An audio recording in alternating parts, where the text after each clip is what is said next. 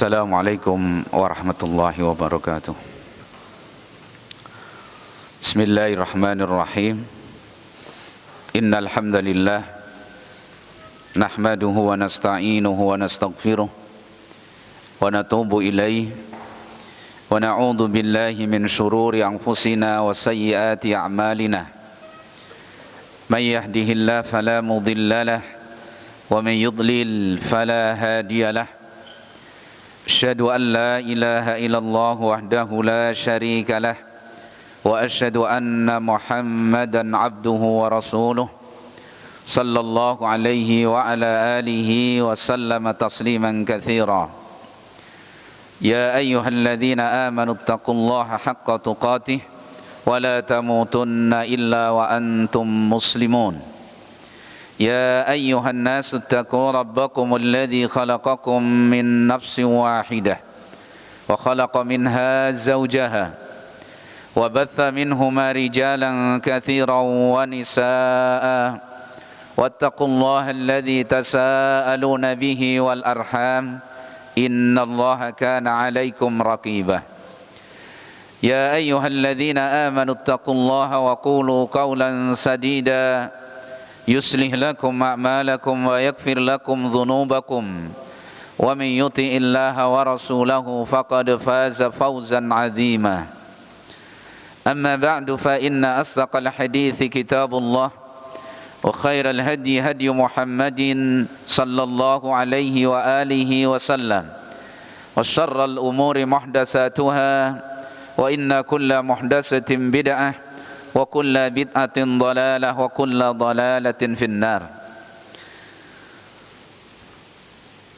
Ikhwah at-talabah wa at-talibat rahimani wa rahimakumullah.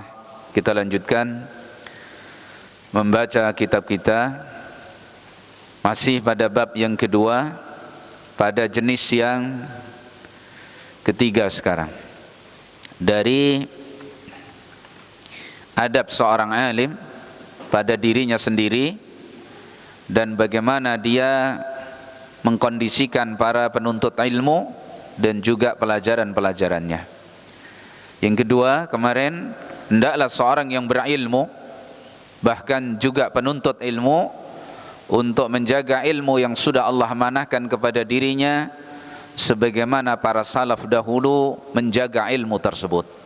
Jangan sampai ilmu yang sudah diamanahkan kepadanya dihinakannya atau direndahkannya, diantaranya dengan cara dia bawa sebagai bentuk alat atau sesuatu untuk mendapatkan bagian-bagian dari dunia, sehingga diajarkan ilmu kepada orang yang tidak perlu belajar, diajarkan ilmu kepada orang yang tidak membutuhkan ilmu, tidak memperdulikan ilmu. Jangan hinakan ilmu dengan ditawarkan kepada orang yang tidak peduli dengan al-ilmu. Ilmu adalah sesuatu yang mulia, berikan kepada orang yang memuliakan ilmu. Ya, na'am. Kemudian ats-tsalis, yang ketiga, yang hendaknya dijaga dan dimiliki oleh seorang yang berilmu dan tentunya para penuntut ilmu, ayatahallaqa bizuhdi fid dunya. Hendaklah dia berakhlak, memiliki perangai sikap zuhud terhadap dunia. Ya, zuhud terhadap dunia. Wa taqalluli minha biqadril imkan. Dan membatasi dari dunia tadi sedapat mungkin. Ya, taqallul, mempersedikit, membatasi minha dari dunia biqadril imkan sedapat mungkin. Ya, alladzi la yadurru bi nafsihi au bi iyalihi. Ini batasannya. Selama itu tidak memadaratkan terhadap dirinya sendiri dan orang-orang yang ada dalam tanggung jawabnya. Ya, itu batasan zuhudnya. Jadi zuhud terhadap dunia. Batasannya apa? Alladzi la yadurru bi nafsihi au bi iyalihi, selama tidak bermadarat pada dirinya sendiri dan juga orang-orang yang ada dalam tanggung jawabnya, istrinya, anaknya, atau siapapun yang menjadi tanggung jawabnya. Ya. Makanya zuhud harus difahami secara benar. Banyak kaum muslimin yang memahami zuhud itu adalah menyiksa diri ala tariqah sufiyah, tidak berpakaian dengan pakaian yang layak, tidak makan dengan makanan yang semestinya. Ya, bukan seperti itu maknanya zuhud.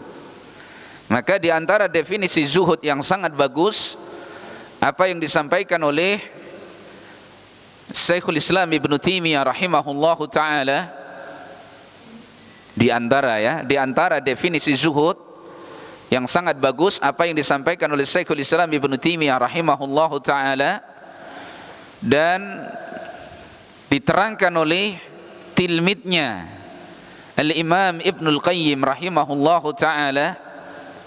Beliau menyatakan az-zuhdu fid dunya tarku ma la yanfa'u fil akhirah.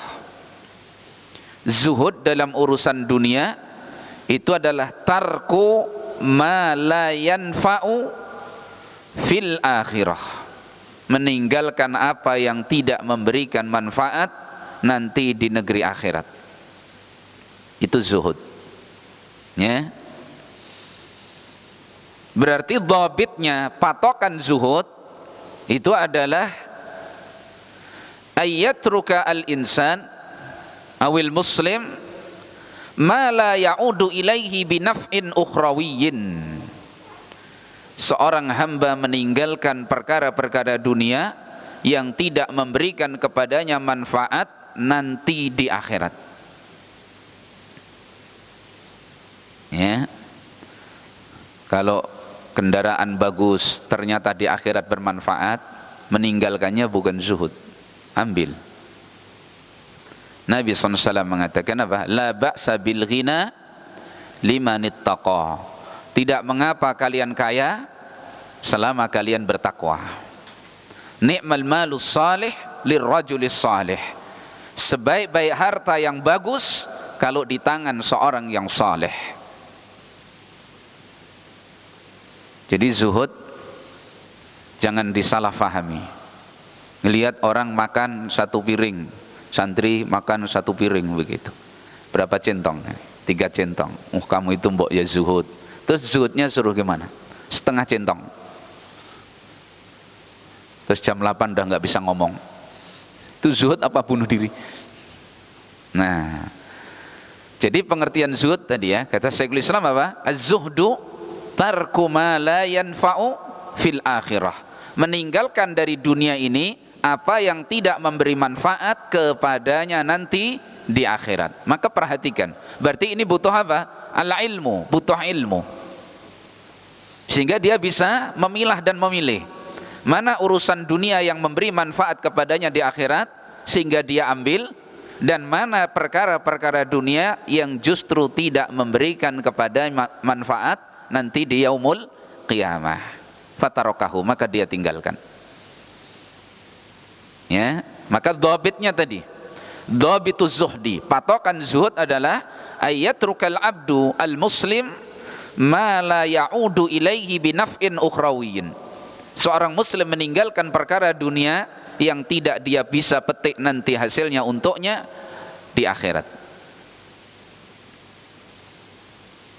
Kan Rasulullah pernah ditanya ya, ketika Nabi SAW mengatakan ya Rasulullah, ketika seorang berkata kepada Nabi SAW ya Rasul, ketika Rasulullah SAW membacakan hadis, la yadkhulul jannata man kana fi qalbihi misqala dzarratin min kibrin. Tidak akan masuk surga seorang yang ada di dalam hatinya seberat debu dari kesombongan. Faqala rajulun, berkata seorang kepada Rasulullah SAW, ya Rasulullah, bagaimana dengan seorang yang pakaiannya bagus, sendalnya bagus? Maka Nabi SAW mengatakan, innallaha jamilun yuhibbul jamal.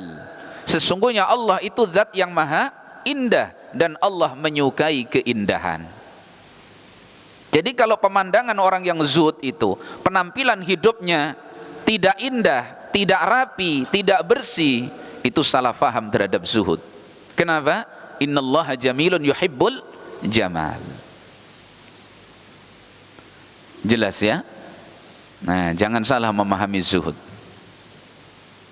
Nah, sehingga ketika ditanya sombong, itu bukan masuk sombong. Al-kibr batarul haq wa ghamtun nas. Sombong itu adalah menolak kebenaran dan meremehkan manusia, ya. Berarti patokan kilas baliknya, amma ma ya'udu ilaihi binaf'in ukhrawiyyin fatarkuhu laisa minaz zuhdi bisyai. Perkara-perkara dunia yang bisa dia petik nanti manfaatnya di negeri akhirat, maka meninggalkannya bukan zuhud sama sekali. Karena zuhud meninggalkan yang dia tidak bisa petik hasilnya nanti di akhirat. Berarti sesuatu dari perkara dunia yang dia bisa petik nanti hasilnya di yaumul qiyamah, di akhirat, maka meninggalkannya bukan termasuk zuhud. Paham ya? Nah, itu zuhud. Karena manusia ini kan diberi syahwat oleh Allah. Antum punya syahwat enggak? Enggak normal antum, kayu kalau enggak punya syahwat, ya. Punya keinginan enggak? Punya. Punya kecenderungan. Itu namanya iradat, syahwat. Bagaimana tidak? Allah Subhanahu wa taala menyatakan dalam Al-Qur'an, "Zuyyina lin-nasi hubbus syahawat minan nisa wal banin." Diperindah dalam pandangan manusia as-syahwat, kecenderungan, keinginan. Dari kecenderungan kepada wanita, anak-anak, harta benda dan seterusnya, ini syahwat. Berarti boleh enggak mengambil syahwat tadi? Boleh apa enggak boleh? Boleh. Kalau enggak boleh, enggak bisa. Manusia Allah bekali dengan syahwat. Pengen makan yang enak, minum yang segar, pakaian yang bagus, kan begitu. Kehidupan yang layak. Naam, ini semua syahwat. Bahkan dalam hadis apa? Sahabat bertanya, ya Rasulullah, ketika Nabi SAW mengatakan, wa fi but'i ahadikum sadaqah, dan di dalam syahwat salah seorang kalian, seorang suami kepada istrinya, itu ada bernilai sedekah. Maka sahabat bertanya, ya Rasulullah, seorang meletakkan syahwatnya, apakah dia mendapatkan pahala? Kata Nabi SAW, bagaimana kalau dia diletakkan di tempat yang haram? Hal alaihi wizr? Apakah dia juga berdosa? Nah, berarti boleh mengambil apa? Syahwat. Jelas. Dan kita dibekali dengan apa? Syahwat. Terus batasannya bagaimana supaya tidak terperosok kepada tarkuz zuhdi, meninggalkan zuhud? Lihat ayat Allah Subhanahu wa taala. Dalam Al-Qur'an Allah Subhanahu wa taala mengatakan, "Fa khalafa min ba'dihim khalfun adha'us shalah wattaba'u as-sahawat." Maka datang setelah mereka satu generasi yang biasa menyia-nyiakan salat. Jadi perkara besar urusan akhiratnya tersia-siakan, wattaba'u as-sahawat, lalu mereka mengikuti as-sahawat. Ini patokannya. Jadi seorang mengambil dari urusan dunia itu boleh selama dia tidak muttabi'un li hadhihi dunya. Itu batasannya. Wattaba'u as-sahawat. Boleh dia mengambil urusan-urusan dunia dari syahwat-syahwat dunia, boleh selama dia tidak mengikuti syahwatnya. Selama syahwatnya bukan hakimatun alaihi, bukan sebagai apa? Hakim atas dirinya. Selama dunia itu bukan imam bagi dia. Jelas? Nah itu. Jadi ketentuannya begitu, karena Allah SWT menyatakan begitu. Fa khalafa min ba'dihim khalfun adha'us shalah. Kenapa mereka adha'us shalah? Wattaba'u asy-syahawat. Jadi selama dunia itu tidak menjadi hakim bagi kalian, selama dunia itu tidak menjadi imam bagi kalian, tidak menentukan kehidupan kalian, tidak mengolah pola pikir kalian, tidak kalian menjadi pengikut kepada dunia tadi, maka boleh diambil. Silahkan. Berarti nyatai boleh enggak? Boleh. bukan bid'ah kan?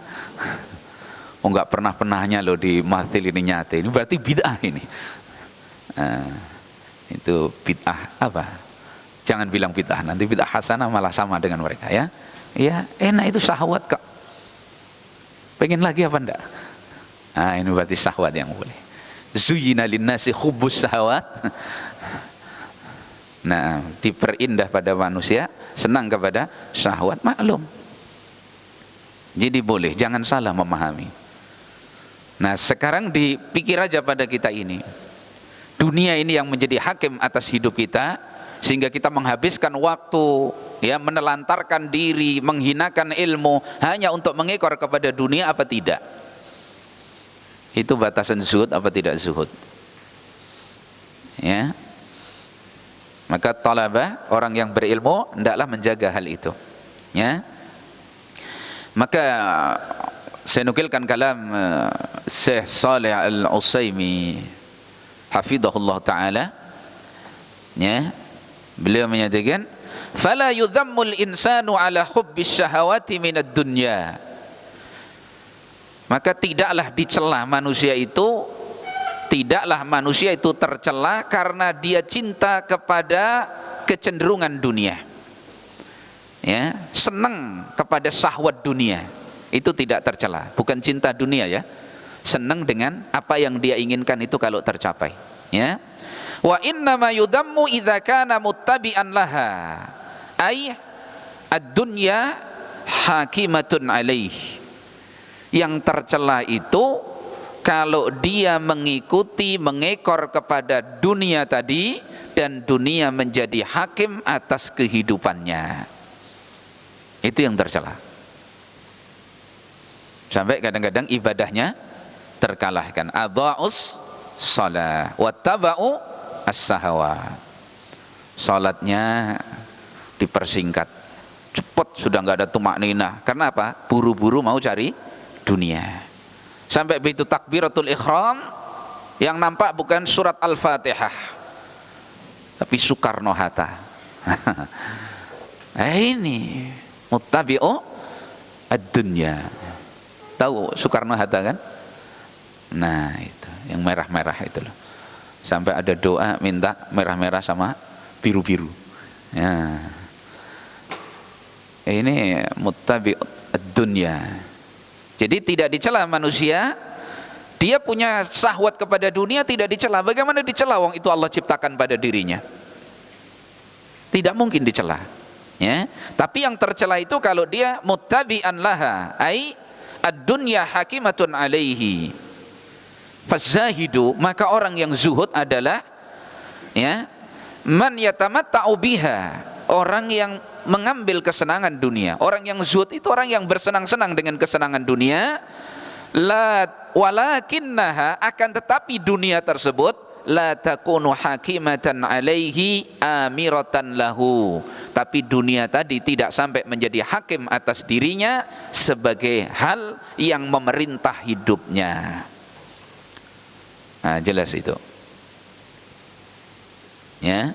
Jadi dunia bukan jadi hakim dia, bukan yang memerintah hidup dia, itu dunia bukan.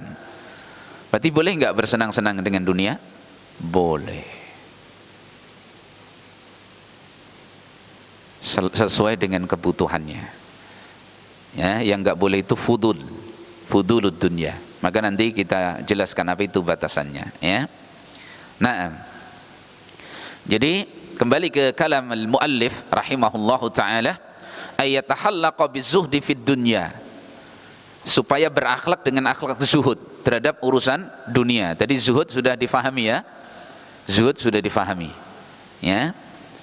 Nanti jelaskan begitu sama yang lain. Zuhud itu seperti itu. Ya. Naam. Nabiullah Sulaiman itu kaya raya, istananya aja kaca loh. Ya. Nah, kaya, zuhud enggak beliau? Kalau beliau enggak zuhud, antum itu apa kan gitu? Beliau itu Rasulullah, zuhud. Ya. Tetapi tidak pernah dunia menghakimi beliau. alaihi salatu wassalam. Beliau seorang rasul. Para sahabat juga kaya. Abdurrahman ibn Auf kaya raya. Abu Bakar kaya raya. Utsman ibn Affan, masya Allah, kaya raya. Ya, tetapi semua tidak menjadi apa? Amirah. Dunia tadi tidak menjadi apa? Pemimpin bagi dia, hakim atas hidupnya, tidak. Maka begitu dilepas mudah, karena dia yang mengatur dunia. Ingat ya, jadi orang yang zuhud itu dia yang mengatur dunianya, bukan dunia yang mengatur dirinya. Jangan terbalik. Nah, kita perlu belajar dari tangga awal seperti ini. Kita masih banyak diatur oleh apa? Dunia kita. Khawatirnya kita masih menyia-nyiakan salat karena urusan apa? Dunia. Ya, nah. Jadi seorang yang zuhud adalah seorang yang mengambil kesenangan dunia, ya, sesuai dengan ukurannya, tetapi dunia tidak menjadi hakim atas dirinya, dunia tidak menjadi apa? Amirah alaihi, yang memerintah hidupnya, tidak. Ya, na'am. Jadi ayat tahallaqa bizuhdi fid dunya wa taqalluli minha biqadril imkan, mempersedikit, membatasi perkara dunia sedapat mungkin. Dengan batasan apa? Alladzi la yadurru bi nafsihi aw bi iyalihi, selama itu tidak memadaratkan dirinya dan juga orang yang jadi apa? Tanggungannya. Sehingga, dan yang paling berhak berakhlak seperti ini adalah seorang yang berilmu dan talabatul ilm, sehingga dia enggak jadi pengemis, ya, tidak jadi pengemis, dan tidak mencari pekerjaan-pekerjaan yang tidak layak untuk ilmu yang dia sandang. Akhirnya dia menjajakan dirinya ke ahlud dunia, menghinakan dirinya kepada ahli dunia, melanggar etika yang kemarin. Tidak bisa menjaga ilmu sebagaimana para salaf menjaga ilmu. Dan kesabaran kita hari ini tidak sebagaimana kesabaran para salaf dahulu. Ingat khutbah Jumat yang sebelumnya disampaikan Ustaz Hamam tentang siapa? Sahabat Mus'ab ibn Umair. Kita enggak ada apa-apanya dengan beliau radhiyallahu anhu. Dari kehidupan yang mewah beliau tinggalkan semua itu, karena itu tidak memberi manfaat di akhirat. Beliau memilih hidup sederhana. Sampai begitu beliau meninggal di perang Uhud, termasuk syahid di perang Uhud, tidak ada yang beliau tinggalkan kecuali pakaian, kain, baju yang dia pakai itu. Kalau ditutupkan ke kepalanya nampak kakinya, ditutup ke kakinya nampak kepalanya. Ini orang kaya raya dulu di Makkah. Beliau tinggalkan dunia untuk akhirat. Jadi kesabaran mereka luar biasa. Nah, kita belum. Makanya harus belajar. Belajar bagaimana tidak mencintai dunia. Karena sumber malapetaka itu adalah hubbud dunya. Abdullah bin Mas'ud mengatakan, ini para sahabat, saya tidak pernah berpikiran sahabat Nabi SAW itu ada kecenderungan dunia. Saya tahu ada kecenderungan itu ketika turun ayat Allah Subhanahu wa taala terkait perang Uhud. Minkum may yuridud dunya wa minkum may yuridul akhirah. Di antara kalian ada yang menginginkan dunia dan di antara kalian ada yang menginginkan akhirat. Apa yang membuat pasukan pemanah di Bukit Rumat turun sehingga melanggar perintah Rasulullah sallallahu alaihi wasallam? 40 orang turun. Kenapa? Melihat dunia. Orang musyrikin sudah lari, sudah terkalahkan.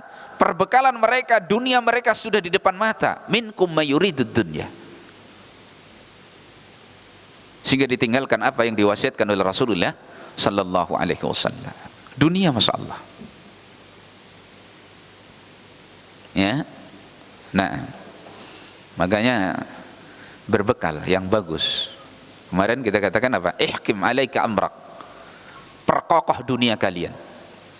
Sehingga kalian enggak jadi atau terfitnah, tergolong orang-orang yang membawa ilmu, menghinakan ilmu karena dibawa ilmu itu kepada ahlud dunya untuk mendapatkan kepingan-kepingan dunia. Maka kokohkan dulu diri kita, baru berdakwah.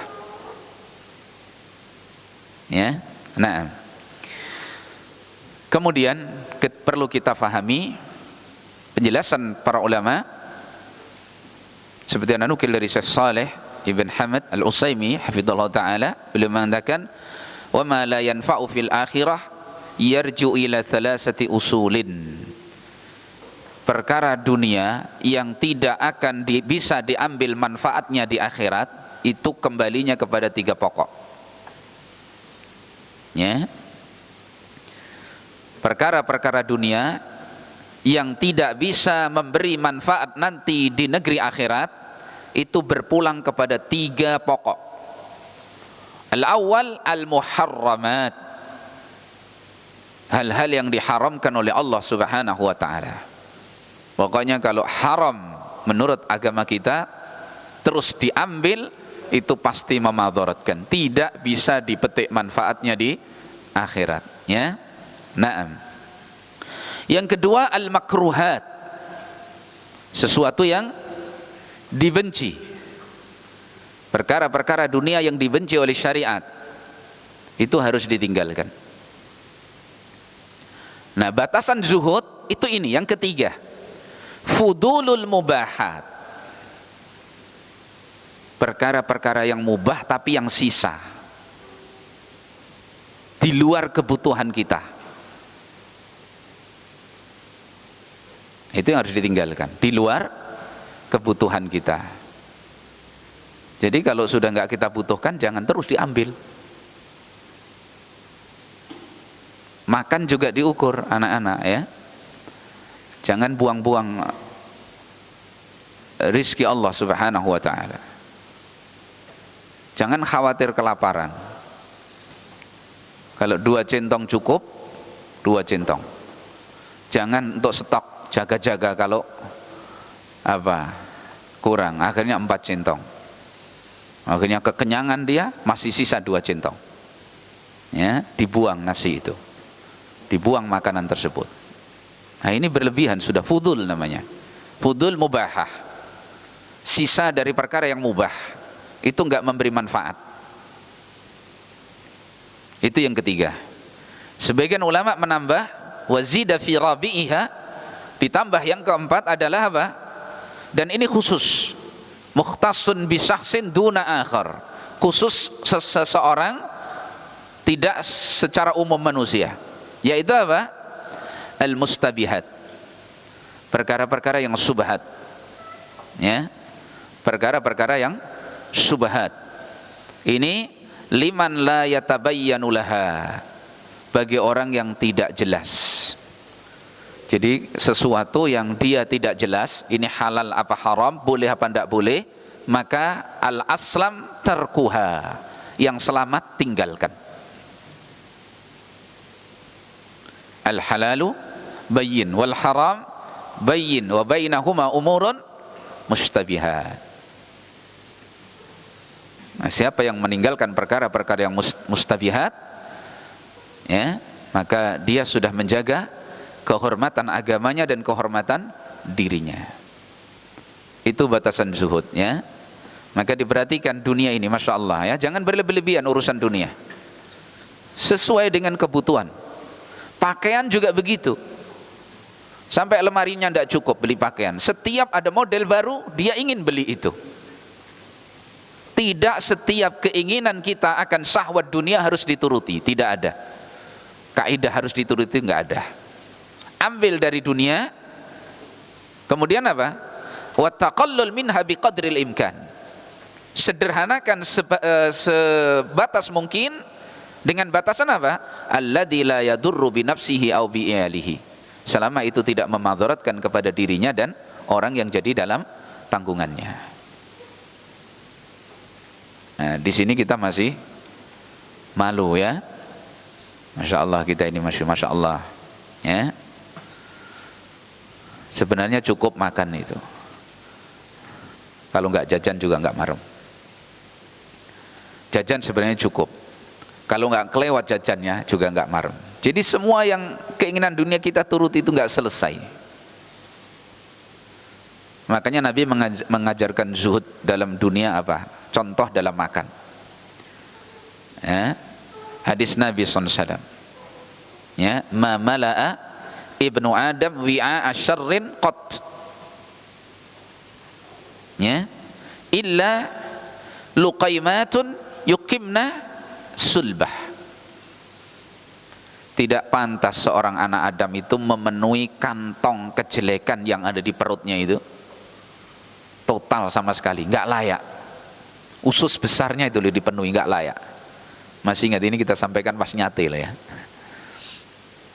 Begitu pas nyate lupa hadis ini.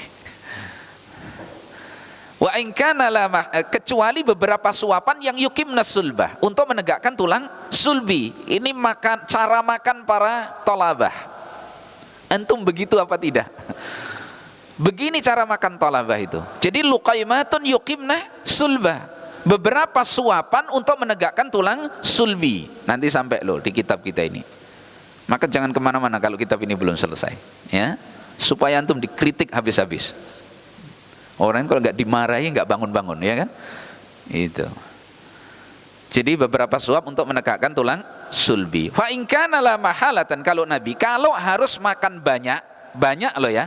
Kata Nabi ini sudah banyak. Fathulusun li ta'ami, sepertiga untuk makanan. Wasulusun li syarabi, sepertiganya untuk minuman. Fathulusun li, sepertiga lagi untuk apa? Nafasi, untuk nafasnya.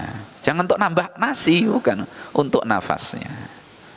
Ini stabil petunjuk Nabi. Ini zuhud dalam dunia. Dalam urusan makan zuhudnya seperti ini. Lebih dari itu berarti sudah enggak zuhud ini. Fudulul mubah sudah maksudnya. Sudah kelewat hal-hal yang mubah. Nah, ini saja kalau diterapkan ke kita belum. Enggak tahu dapat nilai berapa kita ini. Ya. Nah. Baik. Fa inna ma yuhtaju ilaihi lidzalika 'ala al-wajhil mu'tadili minal qanaah laisa yu'addu minad dunya. Karena sesungguhnya apa yang memang dibutuhkan, atau seorang yang yahtaju ilaihi, seorang itu butuh kepadanya, lidzalika, ya, atas hal yang dia butuhkan, 'alal wajhil mu'tadili, dengan cara yang seimbang. Jadi dunia yang memang dia ambil dengan cara yang seimbang sesuai dengan kebutuhannya, ya, minal qanaah, dari apa, rasa cukup, tidak berlebih-lebihan. Qanaah itu menerima, ya. Laisa yu'addu minad dunya, ya. Maka ini tidak dihitung dari dunia yang hanya sekedar apa? Dunia saja. Sekedar suatu yang sia-sia, ya. Wa aqallu darajatil alim ay yastaqdir at-ta'alluq bid-dunya. Nah, ini maksud dari pembahasan kita di sini, ya. Dan paling minimal derajat orang yang berilmu, minimal derajat paling rendah seorang yang punya ilmu, penuntut ilmu dan orang yang berilmu adalah apa? Ay yastaqdir at-ta'alluq bid-dunya. Dia menganggap kotor, hina kalau sampai hatinya terkait dengan dunia. Hadza huwal murad. Ini yang dimaksud dari pembahasan kita. Jadi mengambil dunia silahkan, bersenang dengan dunia silahkan, memenuhi kebutuhan syahwat silahkan, tapi al-qalbu la yata'allaqu biha. Hati tidak tergantung dengan apa? Dunia. Intinya itu. Nah, di garis besar itu, ya, pokok pembahasan kita ini, ya, itu minimal derajatnya. Jadi derajat paling rendah orang yang memiliki ilmu, para penuntut ilmu itu apa? Kalau dalam hatinya sudah menganggap kotor, menganggap kotoran hati, kalau dia dunia, tentu ada derajat yang tinggi. Yang dunia itu sudah begitu hakirah, dan memang hakirah, begitu remeh, kecil. Sekelas Abu Bakar As-Siddiq, dunia ada di depannya, dia miliki, halal dia kerjakan. Begitu saat penyiapan Jaisul Usrah, perang Tabuk, beliau bawa semua hartanya kepada Rasulullah SAW. Ya Rasulullah, hadza lillah wa li rasulihi SAW, fi sabilillah. Sampai Nabi bertanya, ma taraka li ahlik ya Abu Bakrin, apa yang kau tinggalkan untuk keluargamu? Kok engkau berikan semua hartamu? Qal Allah wa rasuluhu. Yang saya tinggalkan untuk keluarga saya Allah dan Rasulnya. Kalau belum tahapannya, jangan ikuti adegan ini. Ini khusus orang-orang hebat. Karena Abu Bakar begitu Allah dan Rasulnya, tawakulnya sempurna. Nah kalau kita Allah dan nangis belum sampai Rasulnya ini dunia. Jelas ya? Tapi ikuti beliau. Beliau derajatnya sudah tinggi. Ini sudah a'la darajah. Umar bin Khattab bawa separuh hartanya. Utsman bin Affan memberikan hartanya tidak terbatas. Dibekali ini Jaisul Usrah dengan unta, dengan kuda, dengan perbendaharaan. Adakah hari ini seperti itu? Hampir nggak pernah kita jumpai. Nah, itu sudah darajat tinggi. Lah minimal inilah aqallu darajatil alim ayyastaqdira at-ta'alluqa bid-dunya. Hatinya itu merasa kotor, ada kotoran, jijik. Kok ada ketergantungan kepada apa? Dunia. Sampai dia bicara ilmu karena apa? Dunia.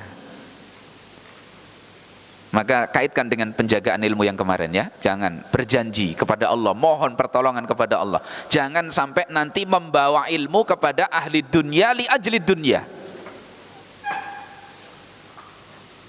Kita berupaya tidak terlalu sedih kalau kehilangan dunia gitu loh. Tidak terlalu sedih. Apalagi itu bukan hilang, tapi kita tabung. Masa santri bisa sodakoh? Kenapa tidak? Kalahkan orang-orang kaya itu. Karena barangkali kalau bekal antum itu 10.000, antum tabungkan untuk akhirat antum 1.000, sudah berapa persen? Berapa persen? 10% ini. 1.000 kali 400 santri, berapa? 400.000, Masya Allah. Sebenarnya luar biasa. Kalahkan orang yang kaya itu, kalahkan ahli dunia. Bisa. Nah, kalau punya kas, santri Mathil Putra punya kas tiap bulan 400.000. Masya Allah. Apalagi itu setengah bulan 1.000 satu orang. Satu bulan sudah berapa? 800. Kalau jumlah kalian 400. Kalau jumlahnya 300, tinggal ngalikan. Kalau ngitung itu gampang kok. Apalagi kali-kalian. Tambah kali itu kan pinter semua tuh. Yang kadang agak error itu apa? Bagi sama kurang kan gitu ya. Begitu harus berbagi, waduh kok lupa saya matematikanya. Ya, nah. Baik. Jadi inti makna yang kita pelajari di situ ya, tanamkan kuat. Garis kalimat itu. Ya, wa aqallu darajatil alim ayyastaqdira ta'alluqa bidunya. Dan kalau bisa jangan akal, kita naik derajat. Anak tangga demi anak tangga, ya. Syukur bisa seperti Abu Bakar Siddiq. Kita nggak ngerti loh, barangkali mudah-mudahan antum menjadi orang yang Allah berikan dunia yang tidak memfitnah. Antum jadi orang-orang kaya. Ya tak? Sehingga dakwah antum biayai sendiri. Seperti Abdullah bin Al-Mubarak, ya, berusaha, kemudian Allah berikan rizki dari Allah SWT. Beliau berangkatkan para talabatul ilm. Mana orang-orang cerdas, beliau seleksi, berangkat, biaya saya. Beliau hajikan, beliau umrahkan orang-orang yang miskin. Ini Masya Allah, masru' yang mubarak, proyek yang diberkahi oleh Allah SWT. Nah, kita menghayal ke sana. Kata Nabi SAW apa? Idza tamanna ahadukum falyuksir fa innahu yas'alu rabbah. Kalau kalian menghayalkan, salah seorang kalian itu menghayal yang mungkin terjadi gitu loh ya. Perbanyak kata Nabi. Kenapa? Karena hakikatnya dia seorang yang berdoa kepada Allah. Dia sedang minta sama Tuhannya, Allah SWT. Maka perbanyak. Ya Allah, saya ingin nanti jadi orang kaya yang Engkau bimbing, tapi ya Allah, sehingga saya memberangkatkan para talabatul ilm. Kan begitu, saya bisa berinfak, saya bisa bersedekah, enggak apa-apa. Fa innahu yas'alu rabbah, dia sedang minta kepada siapa? Rabbnya. Dan Allah Maha mampu enggak memenuhi itu? Maha mampu. Ya. Tapi jangan itu sudah menghisap dunia itu. Jangan. Jadi ini kaidahnya ya. anggap kotor. Kalau hati kita ini terkait dunia, segera datang kepada Allah. Ya Allah, kok saya senang betul sama dunia. Yastakdzir, anggap itu qadarah, kotoran, najis. Jangan sampai lah ya. Nah, kita ambil dunia tapi jangan kita cintai. Jangan sampai hati kita tergantung kepadanya. Jangan. Ya. Nah, orang yang seperti ini diiming-imingi perkara yang haram, enggak. Saya mau daftar anulah. Nanti kalau sudah selesai dari mathil, saya mau kuliah, saya mau daftar PNS, misalkan gitu. Antum mau jadi apa? Pegawai PU atau apa, misalkan gitu ya. Atau komisi pemilihan umum, misalkan gitu ya. Bayangkan dunianya, karena apa? Enak, dapat pensiun, udah nggak kerja, digaji terus, gitu. Tanpa berpikir saya masuk ke situ itu agama saya masih tersisa apa enggak, rusak apa tidak rusak, nggak berpikir. Mempertahankan selembar jenggot saya masih bisa apa enggak, nggak berpikir. Kenapa? Ta'alluq bidunya. Makanya zuhud itu ujiannya bukan pada orang miskin. Antum nggak bisa katakan orang miskin, oh, antum zuhud betul. Enggak, zuhud memang nggak punya. Ya toh? Begitu dapat rezeki sekali habis itu 1 juta sehari. Wah, ini zuhud. Bukan, karena terpaksa dia harus pakai kain sarung dari karung goni itu. Nggak punya. Apa itu zuhud? Bukan zuhud. Seperti kepalsuan orang-orang thariqah sufiyah itu zuhud palsu itu. Kenapa? Tampil seperti itu supaya disanjung orang. Loh, sanjungan orang itu dunia loh ya. Jangan dianggap dunia itu hanya lembaran rupiah. Kalau orang Indonesia atau dinar, real, bukan. Antum ingin sanjungan orang, ingin pujian orang, itu sudah termasuk bagian dari dunia. Seneng nggak disanjung orang? Seneng kan gitu ya? Kok baju saya jadi sempit sekarang? Begitu selesai sore, kempes lagi. Udah nggak disanjung lagi. Ya. Nah, seperti itu. Jadi difahami baik-baik tentang urusan. Yang penting jangan tergantung hati kita kepada itu. Jadi pikirkan, mau berbuat apa itu dipikirkan. Nah, nanti ruangnya di sini berikutnya. Jangan cari maisah yang rendahan. Orang talabul ilmi itu enggak berpikir dia, pantas enggak pantas. Jangan rendahan. Apalagi sampai mengorbankan apa? Ilmunya. Jangan, ya. Baik. Kemudian li'annahu a'lamun nasi bi khissatiha wa fitnatiha wa sur'ati zawaliha wa qasrati ta'abiha wa nasabiha. Kenapa derajat orang yang berilmu, paling minimal derajat orang yang berilmu itu menganggap kotor, jelek kalau hati bergantung dengan dunia, karena dialah manusia yang paling mengerti tentang kerendahan dunia, fitnah dunia, dan mudahnya hilang dunia ini. Banyak capeknya dan banyak musibahnya. Itu dunia. Dunia itu apa? Khissah, rendah. Sampai Nabi menggambarkan dunia itu seperti apa?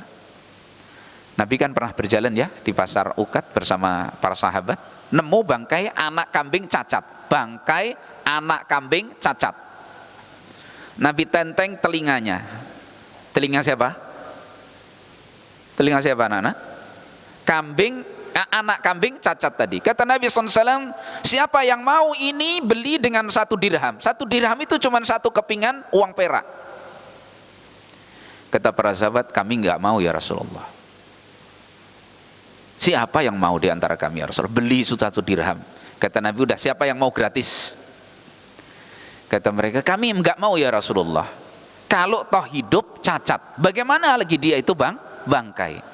Maka Nabi SAW mengatakan apa? Ladunya wa ma fiha ahwanu indallahi min hadih. Dunia dan seluruh isinya itu lebih remeh di sisi Allah daripada bangkai seekor anak kambing yang cacat tadi. Sementara lihat bagaimana manusia bertabur, bersaing, berlomba, mengejar yang sesuatu yang lebih remeh dari bangkai anak kambing cacat. Nah, ini yang tahu siapa?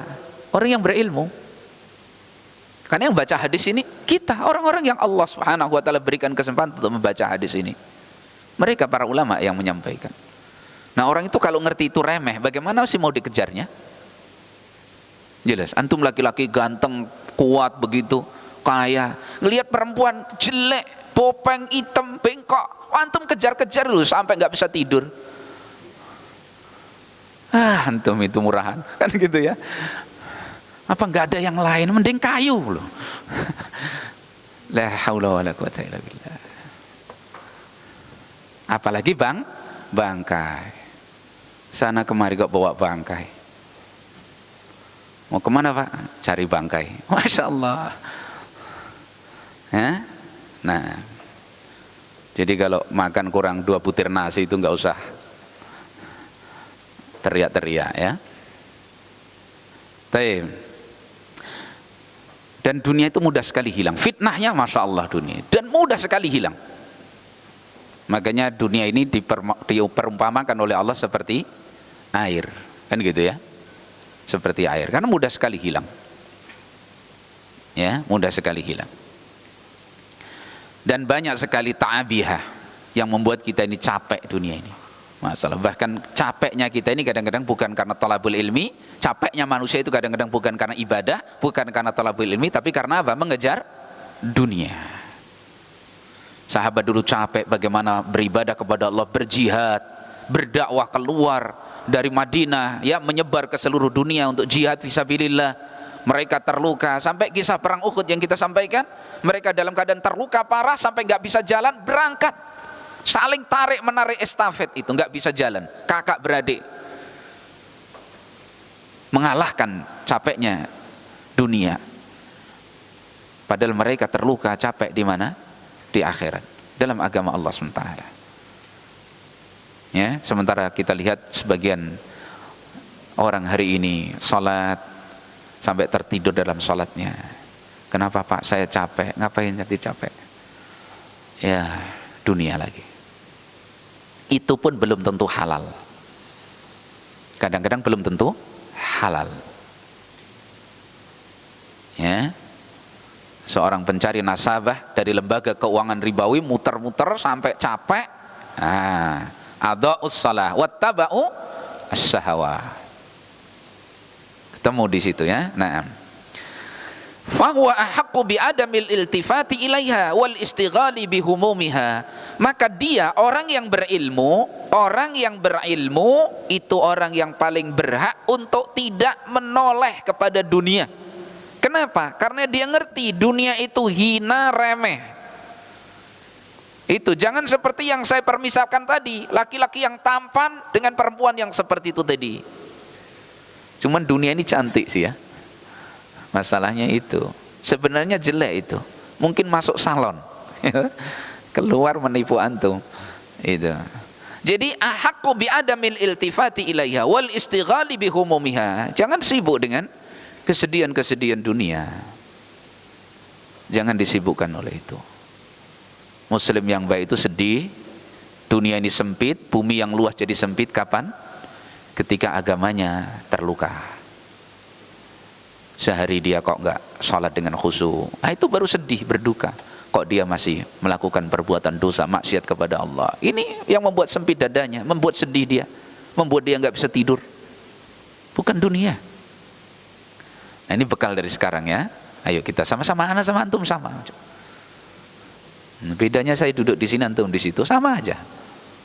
Tidak ada yang lebih selamat kecuali orang yang diselamatkan oleh Allah Subhanahu wa ta'ala. Apalagi Nabi SAW mengatakan apa? Likulli ummatin fitnah, fitnatu hadhil ummah al-mal. Semua umat itu ada ujiannya. Ujian umat ini pada harta, ya. Naam. Taib. Kemudian wa anis Syafi'i radhiyallahu an lau usiya. Ada qiraah begitu atau dibaca lau ausa. Asalnya li'aqalin nas. Lau ausa rajulun bisai'in li'aqalin nas surifa ila zuhad. Andaikan seorang berwasiat dengan sesuatu kepada orang yang paling cerdasnya manusia, tentu akan diarahkan kepada orang yang zuhud. ahli zuhdi. Ya, sampai di situ kalam Syafi'i, ya. Falaita syi'ri man ahaqqu minal ulama bi ziyadatil aqli wa kamalihi. Maka ketahuilah, ya, andaikan disadari bahwasanya manusia yang paling berhak, siapakah orang yang lebih berhak daripada orang-orang yang berilmu, daripada para ulama, untuk bertambahnya kecerdasannya, akal sehatnya, dan kesempurnaannya. Yang paling butuh pertambahan kecerdasan itu adalah orang yang berilmu. Lah caranya bagaimana? Zuhud terhadap dunia. Kenapa? Ziyadatul akli, pertambahan akal, kecerdasan itu kalau semakin bertambah, dia akan membawa kepada sikap zuhud terhadap dunia. Kenapa? Karena akal yang cerdas mengetahui tentang remehnya dunia dan capeknya mengejar dunia. Maka ziyadatul akli hamilun ala zuhdi, akan membawa pemiliknya kepada sifat zuhud fid dunya. Lah yang paling membutuhkan ini siapa? Para penuntut ilmu dan para al-ulama. Maka mulai sekarang nggak boleh manja. Yang manja pulang. Habis ini yang manja kemasin barangnya pulang. Ya, talibul ilmi nggak boleh manja. Nggak boleh berkeluh kesah. Kasih makan apa enggak? Makan, minum, pakaian cukup. Asrama nyaman, tanpa AC nyaman, jelas. Gak usah bayangkan AC, sama Nabi gak ada AC, AC alam. Masjid kita dibanding masjid Rasulullah itu gak ada apa-apanya masjid Nabi itu. Sujud ya di situ, di tanah itu. Hujan ya kehujanan. Gak boleh manja anak-anak, ya. Yang masih manja tentang urusan makan, minum, terlalu berharap berlebihan, ya.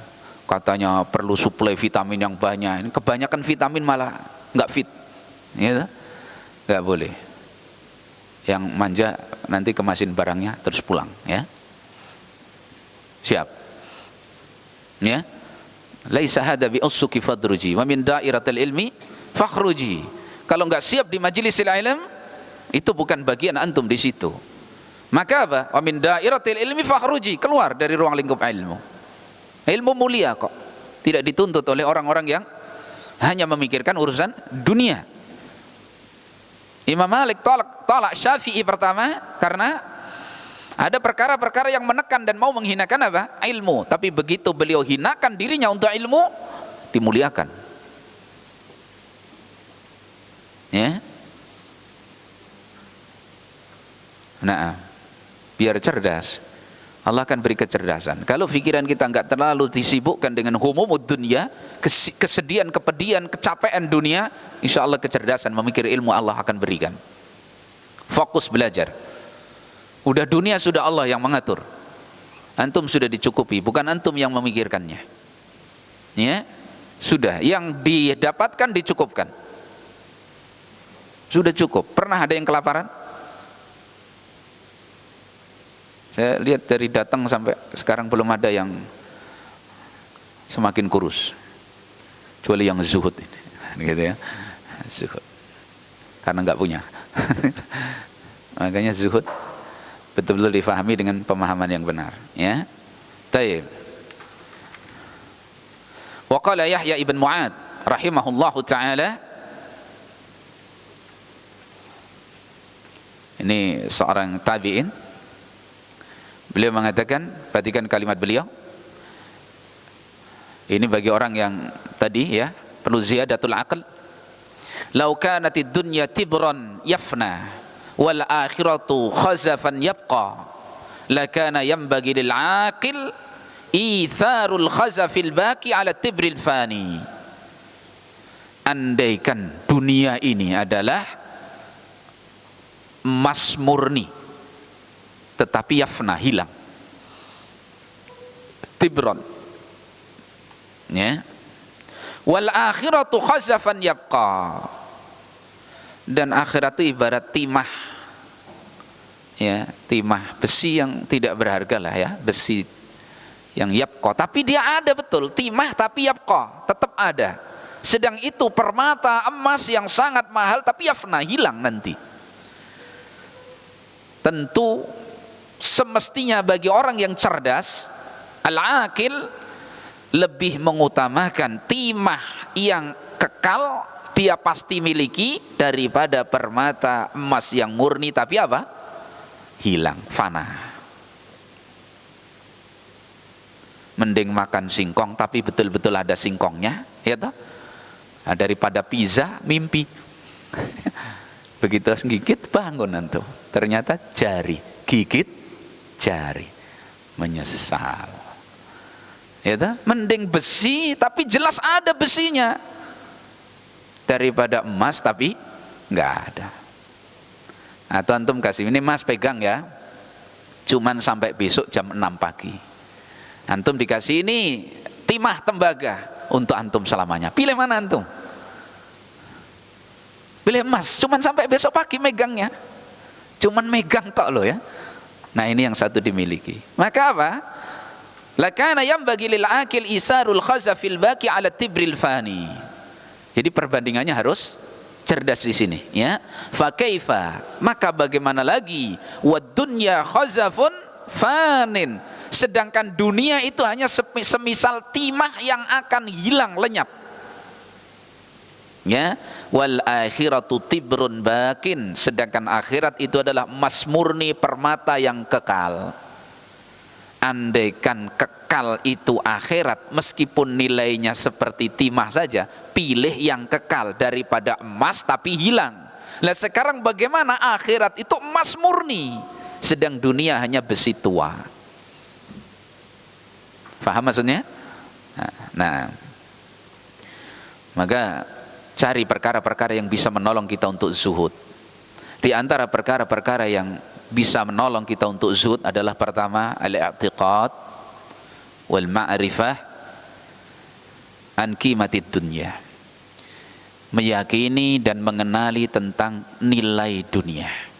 Diyakini dunia itu. Dengan dari mana bahannya? Dari dalil-dalil syar'i. Pengkhabaran dari Allah dan Rasulnya. Dunia ini remeh. Seperti tadi, membaca hadis Nabi yang nenteng anak kambing yang cacat tadi, itu dunia seperti itu. Nah, itu modalnya supaya kita zuhudlah cuman seperti itu. Jadi akhirnya remeh di hati kita.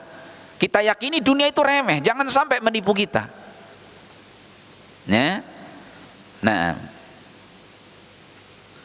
kemudian diantaranya apa? Melakukan perbandingan. Ya. Melakukan perbandingan bainad dunya wal akhirah. Ya. Jadi ada muqaranah ijmaliyah, namanya muqaranah ijmaliyah, perbandingan secara global bainad dunya wal akhirah, antara dunia dan akhirat. Ini menolong untuk zuhud, membantu kita untuk zuhud. Dunia itu begini, akhirat begini. Itu di sisi zatnya misalkan. Terus lakukan perbandingan dengan dalil-dalil syar'i. Nanti kita akan membuat kesimpulan atau mendapatkan kesimpulan bahwa dunia itu perkara yang sebenarnya kita mesti remehkan, kecil, remeh. Nah, kalau kita nggak pernah membuat perbandingan, ya Masya Allah, ya. Nah, itu perkara yang menjadikan seorang bisa zuhud. Terus dzikrul akhirah, ya, mengingat akhirat, tadi melakukan perbandingan itu. Baik. Nah, sekali lagi zuhud adalah apa? Definisinya tarkuma la yanfa'u fi al-akhirah. Meninggalkan dari perkara dunia ini yang tidak memberi manfaat nanti di akhirat. Ya. Dan zuhud itu bukan berarti apa? Meninggalkan dunia, meninggalkan syahwat dunia secara total, bukan. Tetapi mengambil bagian dari dunia kalau itu bermanfaat untuk akhiratnya. Jadi kalau dunia ini memberi manfaat baginya untuk di negeri akhiratnya, kok dia tinggalkan, itu bukan zuhud. Jelas ya? Kemudian pemandangan zuhud tidak bisa diukur dari zahirnya manusia, karena zuhud itu masalah i'tiqad yang muncul dalam sebuah praktek kehidupan. Kalau hati dia, keyakinan dia bukan i'tiqad seorang yang zahid, yang zuhud, dia nggak bisa zuhud. Maka tadi kita katakan, mungkinkah tidak cukup zuhud itu dipandang dari orang miskin, bahkan nggak bisa dinilai dari orang miskin. Ya, pakaian dia sederhana, makannya nasi yang tanpa lauk, wah zuhudnya begitu. Enggak, yang memang nggak ada. Jelas. Coba pakai kaidah begini, ibaratnya dalam pelajaran fikih, mungkin antum pernah belajar, seorang lagi berwudu, air banyak, maka dia berlebihan pakai air ini. Maka Nabi SAW melihat, Nabi SAW mengatakan, la tubadzir, jangan kamu tabdzir dalam menggunakan apa? Air. Maka orang ini bertanya, ya Rasulullah, apakah terjadi tabdzir itu dalam kondisi air banyak seperti ini? Maka kata Nabi SAW, na'am, walau kunta fi bahrin wasi'in. Na'am, tabdzir tetap terjadi tabdzir meskipun kamu di tengah lautan yang luas. Faham maksudnya? Jadi zuhud itu tidak terkait dengan pemandangan seseorang begitu saja lepas, tidak. Barangkali dia orang memang tidak punya, padahal hatinya, cintanya kepada dunia luar biasa. Dia menghayalkan tiap hari bagaimana hujan itu hujan uang, tapi nggak ada, Allah nggak berikan, karena sayangnya Allah kepada dia, sehingga hayalannya nggak dituruti.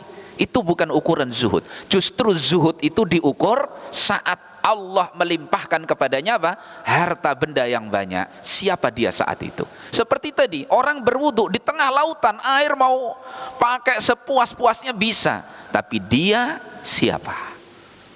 Tetap dikatakan orang yang mubadir kalau pakainya kemudian untuk cuci muka aja misalkan satu gentong sendiri misalkan gitu. Kenapa? Wong air banyak kok. Mubadir nggak mubadir itu? Mubadir. Tabdzir. Faham maksudnya ya? Justru ketika kita ini berhadapan dengan sesuatu, siapa kita, itulah hakikat masalah. Kalau nggak ada di depan antum dunia, terus antum bilang saya zuhud, zuhud apa antum? Nggak bisa menghindari, memang sudah terhindar secara aslinya. Ya tak? Kenapa nggak naik mobil? Saya zuhud, mobil saya nggak suka. Kenapa? Nggak punya mobil. Kadang kan gitu, ya. Justru di saat dia uang banyak, harta melimpah dan seterusnya, nah bagaimana dia mengambil dari kecenderungan dunianya, ya. Fadilah, antum dapat fadilah. Ada yang merokok? Duh, kok diem? Berarti ada yang merokok? Tolabah kok ngerokok? Merusak ilmu. Kalau ada ini, waliyadzubillah. Ada yang ngerokok, pulang aja lah ya. Jangan, itu asap itu bikin ilmu pergi itu. Yang ngasap-ngasap itu dukun loh, bukan thalibul ilmi. Iya toh? Yang suka ngasap-ngasap itu siapa? Dukun. Cari mantra kan gitu ya. Nah, taubat. Kalau ada taubat. Nah, antum ini kan nggak ada yang merokok misalkan. Nggak bisa mengatakan, saya ini perjuangan menghindari rokok. Ya nggak ada, antum memang nggak pernah berpikir. Tapi orang yang tadinya punya kecenderungan yang kuat terhadap rokok itu misalkan, dia mau meninggalkannya, ini perjuangan yang luar biasa. Itulah namanya jihad melawan nafsunya. Disitulah dia sebenarnya. Maka ada teman kita dulu jamaah ngaji itu cerita, Masya Allah, dia perokok yang luar biasa. Dulu sebelum ngaji, begitu dengar ngaji, belum dibahas rokok, tapi dia paham rokok tidak boleh. Nggak ngerti, cerdasnya luar biasa barangkali ya, belum dijelaskan sudah ngerti. Akhirnya dia karena Allah dia tinggalkan. Begitu mulai perjuangan awal itu sampai kepala itu gitu, karena mau hilangnya rokok itu. Sampai dia beli empengan anak-anak itu, lo ngerti empengan yang biasa di sedot anak-anak itu loh, yang nggak pakai tabung gitu, yang cantol sini anak kecil dulu itu ya. Nah itu beli. Jadi kalau kumat ingin rokoknya itu yang dihisap. Nah ini baru namanya jihad melawan hawa nafsu. Kuat, walhamdulillah berhasil. Itu dinilai oleh Allah luar biasa perjuangannya, mengganti rokok tadi dengan itu. Nah disinilah, karena itu Imam Ibnul Qayyim dalam kitabnya beliau menjelaskan secara makna hakikatnya ubudiyah antum itu di saat apa? al-karahah, di saat benci. Di saat benci. Makanya Nabi katakan apa? Di antara amal yang fadilah apa? Isbagul wudu titik tidak indal makarih. Menyempurnakan wudu di saat kita nggak suka wudu. Lagi dingin, malas kena air, ya, hawa nafsu lagi nggak suka dengan wudu, antum perjuangkan lawan hawa nafsunya, wudu dengan sesempurna-sempurnanya. Ini beda dengan wudu biasanya. Musim panas, senang air, lagi pengen pokoknya berdingin-dingin, suruh wudu. Jangankan wudu, mandi 5 kali siap. Itu nilainya beda. Faham ya? Nah, ini dunia ada di depan kita. Orang tua antum kaya, apa yang antum inginkan disiapkan. Nah, kalau perlu apa-apa telepon aja Abi, beres, kan gitu. Semuanya. Disitulah saat kita ini menerapkan apa yang kita pelajari pagi ini, zuhud. Ya, itu jangan pengen apa, bakso, terus ayam bakar, terus ikan bakar, sate, ada perutnya berapa? Ya, nah, taib. Lanjut apa sudah ini? Capek belum? Belum. Kita lanjut sedikit ya. Kemudian yang keempat. Tadi keberapa? Keberapa tadi? Ketiga. Ar-rabi, yang keempat,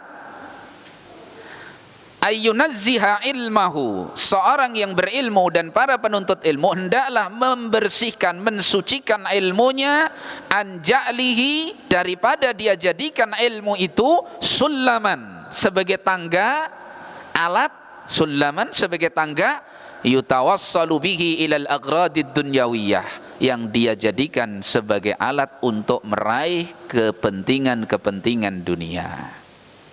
Ilmu bukan tangga untuk mendapatkan dunia. Perhatikan ya. Kenapa? Li'annal ilma yambagi ayyakuna sulaman lil akhirah, lid darajah fil akhirah.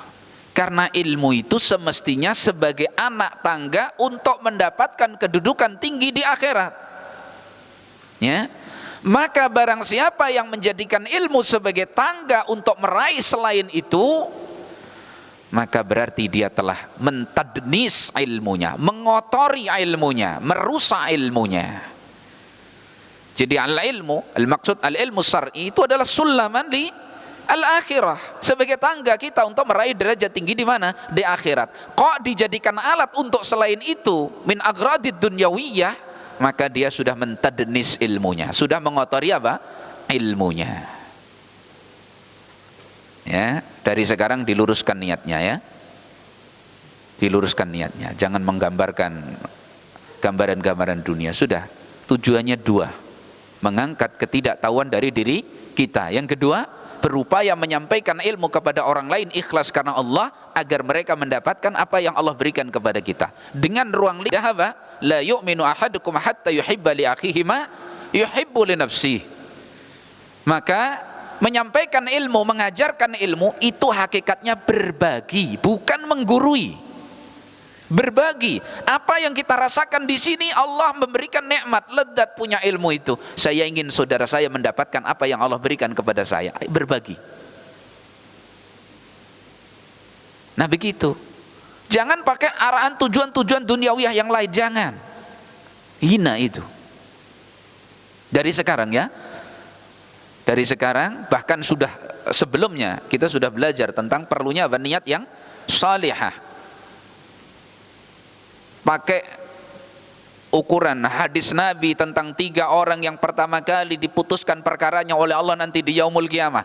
Di situ kok disebutkan orang yang berilmu, mencari ilmu, kemudian berilmu, membaca Quran, tapi tidak ikhlas, kemudian diseret di atas wajahnya, dicampakkan ke dalam neraka. Hendaklah ini menjadi kalimat yang selalu terngiang-ngiang di benak kita, dengan takut betul kepada Allah kalau kita datang menjadi orang itu. Karena gagal di apa itu? Ikhlas. Nah, kita bersihkan dari sekarang. Berat, ya berat. Itulah perjuangan. Kenapa? Pahalanya besar. Orang yang ikhlas pahalanya luar biasa. Sesuatu yang besar tentu juga perlu perjuangan yang berat. Maka ditata betul. Jangan menggambarkan saya nanti ingin jadi ini, ingin jadi ini. Kalau ingin jadi ini, itu dan seterusnya itu untuk agharat dunyawiyah. Jangan ya. Maka ditata betul dari sekarang dan dimohonkan kepada Allah. Dawamul isti'anah, minta tolong kepada Allah agar selalu memberikan hati yang terjaga ya. Nah, kalau Syekh Abdul Razak Ibn Abdul Muhsin Al-Baddar tentang menata hati itu, beliau mengajarkan kepada kita untuk sering kita berdoa kepada Allah dengan doa-doa. Doa yang pertama, Allahumma ati nafsi taqwaha wa zakkiha anta khairu man zakkaha anta waliyuha wa maulaha. Yang kedua, Allahumma hdini li ahsanil akhlaqi la yahdi li ahsaniya illa anta wasrif anni sayyi'aha la yasrifu anni sayyi'aha illa anta. Hafal doa itu ya? Nah, dibaca sebagai bentuk kebutuhan kita kepada Allah agar jiwa kita ini dijadikan jiwa yang bersih dan tawadhu, sehingga tidak mudah tertipu dengan apa? Dunia. Ya, nah. Jadi ayyunazziha ilmahu, dijaga betul ilmunya ya. Masya Allah.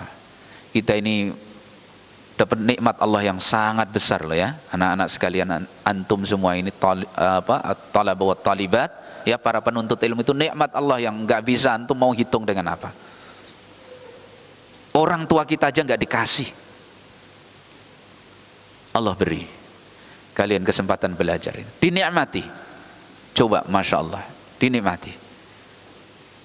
Orang-orang yang dulu besar menjadi terhormat di mata antum, barangkali dulu mengajari dunia kepada antum dan seterusnya, saat seperti ini begitu antum belajar dan belajar, lihat 5-10 tahun begitu mereka akan nyantri sama antum. Ilmu din, ilmu syar itu luar biasa.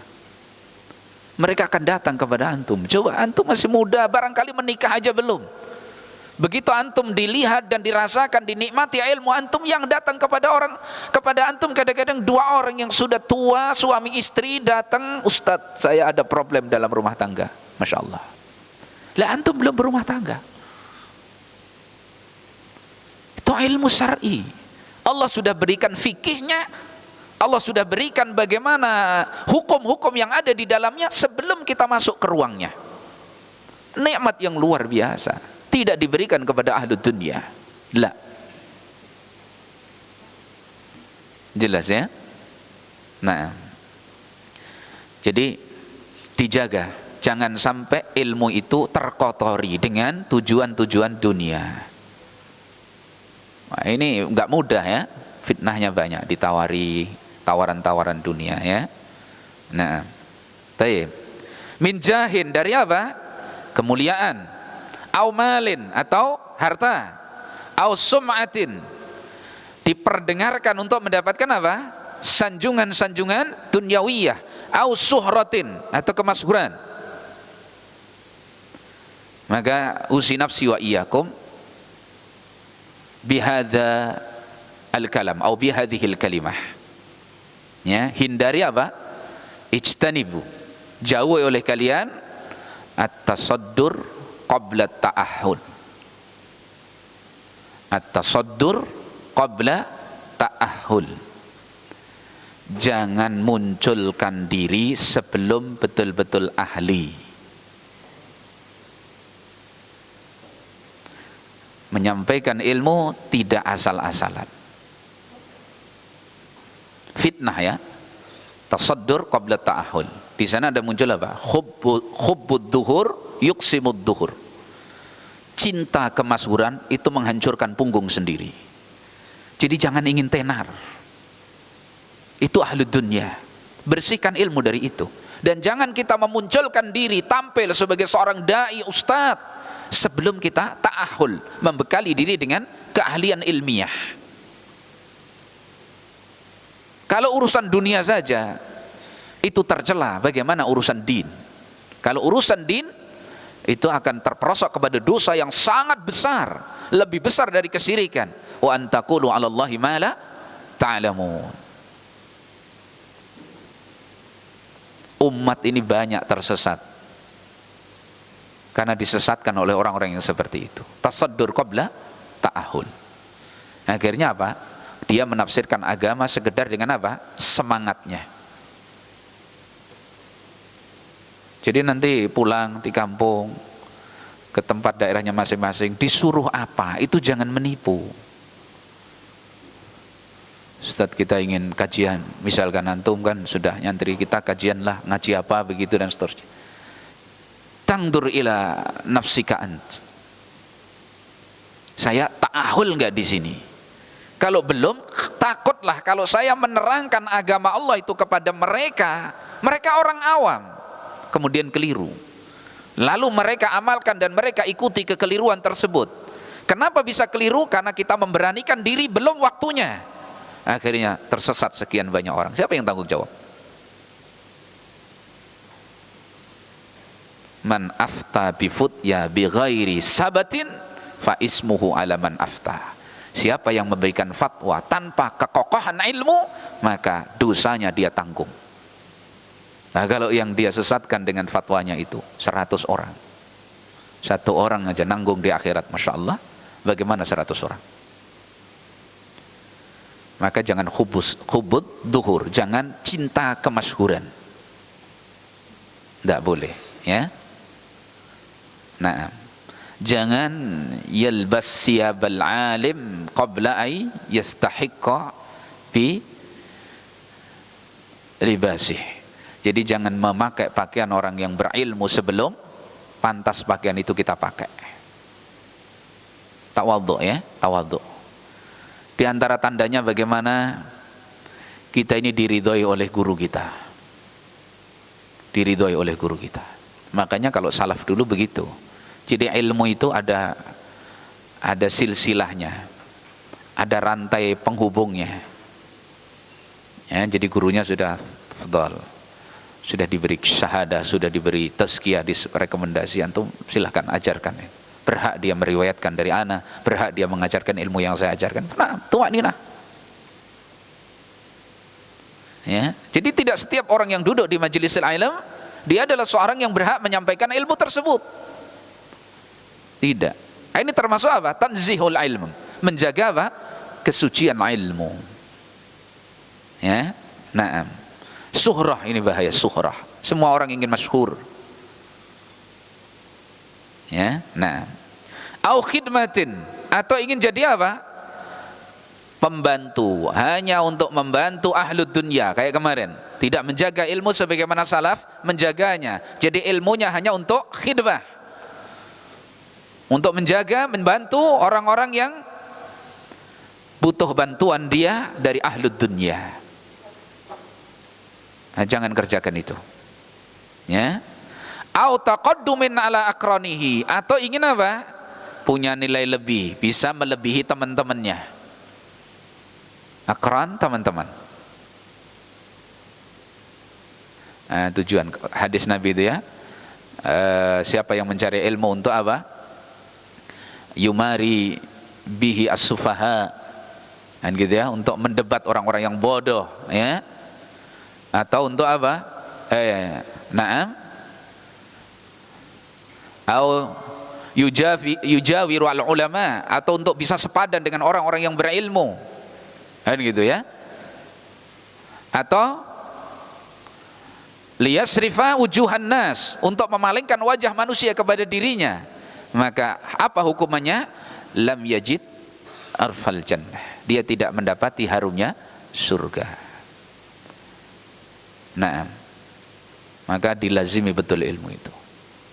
Dari yang sederhana, untuk mau mengajarkan al-usulus salasa, fahami betul itu al-usulus salasa. Difahami apa maksud muallif ini. Enggak boleh asal-asalan. Saya dulu pernah belajar, paham enggak ketika saya belajar itu? Nah, baru diajarkan sehingga tidak menyesatkan orang. Belajar kitabut tauhid, itu kan ada hubungan antara matan dengan fihi masail. Masail yang diberikan oleh muallif dengan matan dari dalil-dalil yang disebutkan, apa hubungannya? Fahami. Cara istidlalnya di situ. Kok muncul masalah seperti ini dari dalil ini, mana kaitannya? difahami betul, sudah mungkin bagus, ta'ahul, baru sampaikan. Bahkan kita nukil aja dari ulama itu supaya kita selamat. Nah, di situ perlu dipersiapkan, ya. Nah, taib.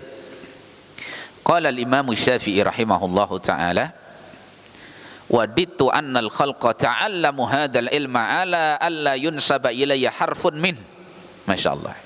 Bagusnya hati beliau, bersihnya niat beliau.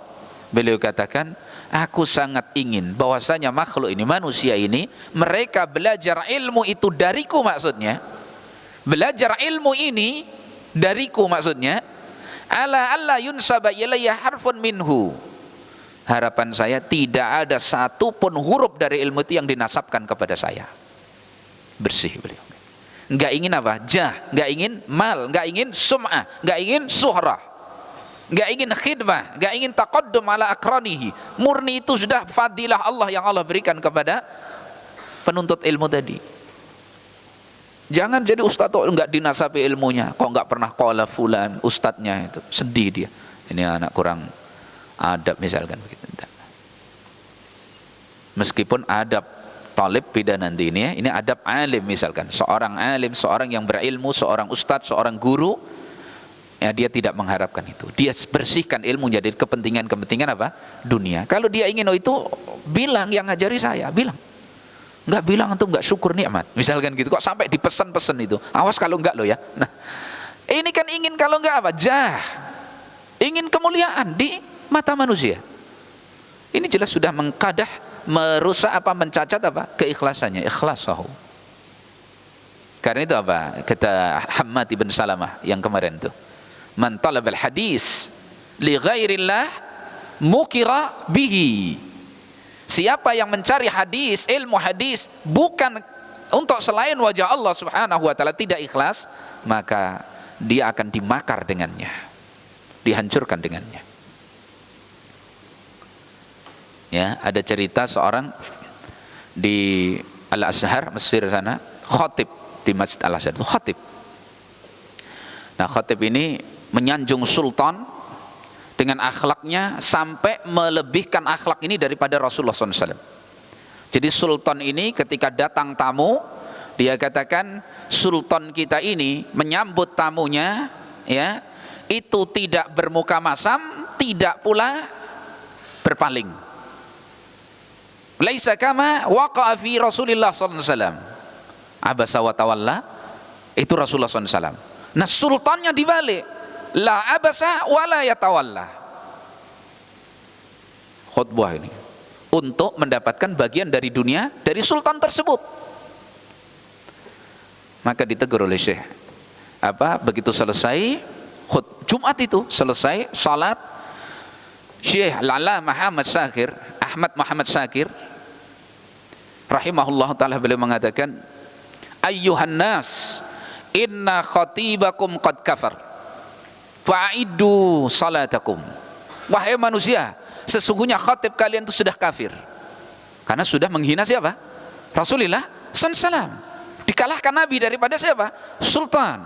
Maka ulangilah salat kalian. Maka beliau memimpin salat dengan manusia yang mau mengulang salat. Beberapa saat kemudian Syekh Ahmad bin Ahmad Syakir beliau menjelaskan, saya saksikan sendiri orang itu yang dulu pejabat tinggi yang itu menjadi pengemis di pintu Masjid Al-Azhar, merengek-rengek kepada manusia agar manusia memberikan ya kepingan-kepingan junaihah, kalau di sana mata uang Mesir itu. Dihinakan oleh Allah Subhanahu wa taala, dihancurkan dunianya. Ya, kenapa? Mengharapkan kemuliaan dari manusia sampai derajat apa? Melebihkan dia daripada Rasulullah SAW, karena inginnya mendapatkan bagian dunia. Paham maksud kisah? Nah, Masya Allah ya. Taib. Jadi Syafi'i seperti itu.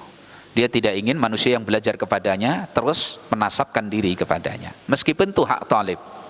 Adab untuk talib, adabnya muliakan gurunya, ya. Tapi ini dari sisi seorang alim begitu.